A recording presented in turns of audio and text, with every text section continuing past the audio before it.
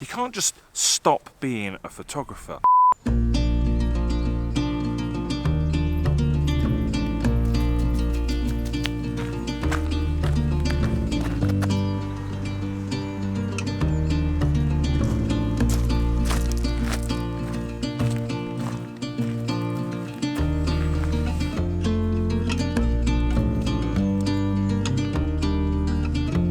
For the last week or so, it has pretty much rained all day, every day. And after 7 days of it, enough was enough. I just had to come out with my camera. Now, as a photographer yourself, I expect you can understand exactly what it's like if, for whatever reason, you cannot get out with your camera. And I'm exactly the same. So for the last 7 days, it's been raining pretty much constantly here in the Lake District. And this means that I've been stuck in the office for a week. And after that amount of time, I could take it no longer. And I just had to come out with my camera to try and take some photographs. Now, I've said this many times before. You can't just stop being a photographer. It's a bit like an itch that needs to be scratched. I'm actually pretty busy today. I'm on the phone pretty much constantly from 11 o'clock this morning through till 6 o'clock this evening. And so I needed a location that I could get to nice and easily, get a shoot done, and then get home in good time. Now, we've all got locations like those. And this location that I've chosen today is Manesty Park at the southern end of Derwent Water. And I can park up by the River Falls Hotel, and it's a very short walk to this point here. And so my plan today is to get a shot and then get home.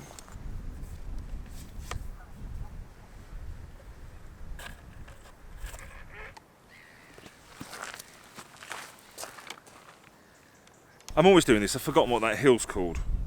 It's called Swinside. Now, the shot that I want to go for today is looking back in the direction of Bassenthwaite.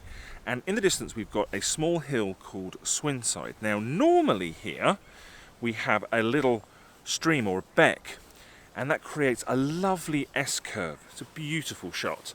But today, as you can see, the River Derwent has burst its banks and we're now completely flooded. And despite that, you can just still make out a little bit of the S-curve where the reeds are just poking up above the surface of the lake. And so this is a pretty unusual shot. I wouldn't normally be able to get this shot, and that's part of the reason why I decided to come here today in the first place. Allow me to talk just for a moment about settings, starting with focal length. I'm shooting at 35mm this morning, and that's my first problem. You see, I would like to shoot a little bit longer, much closer to 50mm. However, my 24-70 is currently broken and has been sent off to Canon to be fixed. I had this unusual problem where it would take a shot at 24mm and it would take a shot at 50mm, but it wouldn't take one at 35. And 35mm is one of my favourite focal lengths. So that's had to go back to Canon. Fortunately, I do have my 16-35, but it does mean I can't shoot any longer, unless I get the telephoto lens out, and then we'll just be taking some picture of those trees in the distance. Other important settings, I am shooting at f11, because I always do. I'm shooting at ISO 100, because I always do. I'm using a shutter speed of 1/3 of a second, because that's what I need to expose this correctly. I have got a 2-stop soft edge grad on there to pull down the sky, to darken the sky, to balance my exposure. The big problem with my camera, the Canon 6D, is it does have a relatively limited dynamic range, by modern standards anyway, and so I do use grads a lot to balance that out and to capture detail in the highlights. So yeah, 2-stop soft edge grad on there. And yes, simple as that really. What I really like about this shot this morning is the starkness, the emptiness of it. The story that I'm trying to tell is the story of the River Derwent bursting its banks and flooding this area. So I want to include as much of this water as I possibly can. I want to exaggerate that. So I'm shooting in portrait orientation, and that's because I want to include as much of the water in front of me as I possibly can. Now, if I was shooting in landscape orientation, I'd have to shoot a lot wider than 35mm. And what that would do is it would push the hills in the distance even further away. And I don't want that, because if I did that, then they would be very small in the frame and I'd almost have nothing for the eye to settle on. The other big problem, of course, is if I shot in landscape orientation, I would be bringing more of cat bells in to the frame, and that would unbalance it a little bit. Now I'm doing a normal exposure to start with, but because it's quite windy and the surface of the lake is broken, I'm going to probably then grab the ND filter, stick it in, and we'll do a long exposure.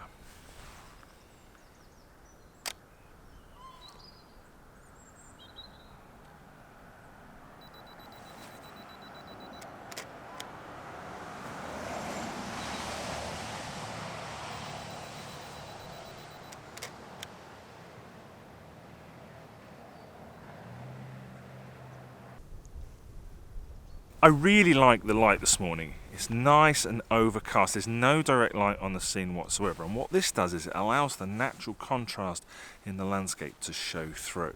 That's something that I always like to include in my photos. We've also got a fantastic sky, nice and moody, making for some nice moody shots. Now, I'm really happy with those first two shots, but I think I prefer the normal exposure to the long exposure.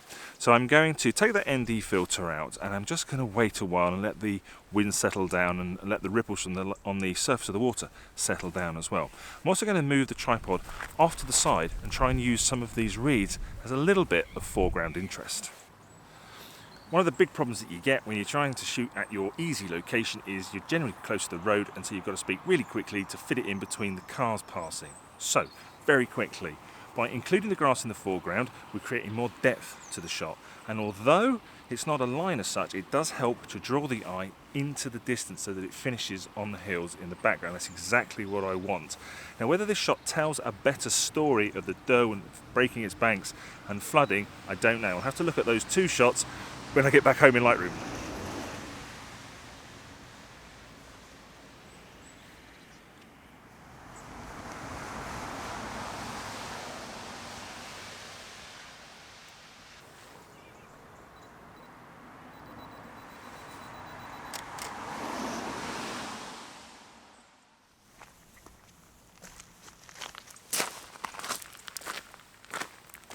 It's not been a great week for me this week, if I'm honest, and it's left me feeling a little bit low. I won't bore you with the details, but if you are interested in what goes on behind the scenes, I do write a weekly blog, and so I'll leave a link in the description below. But I certainly think, at least in part, that my mood is affected by my photography.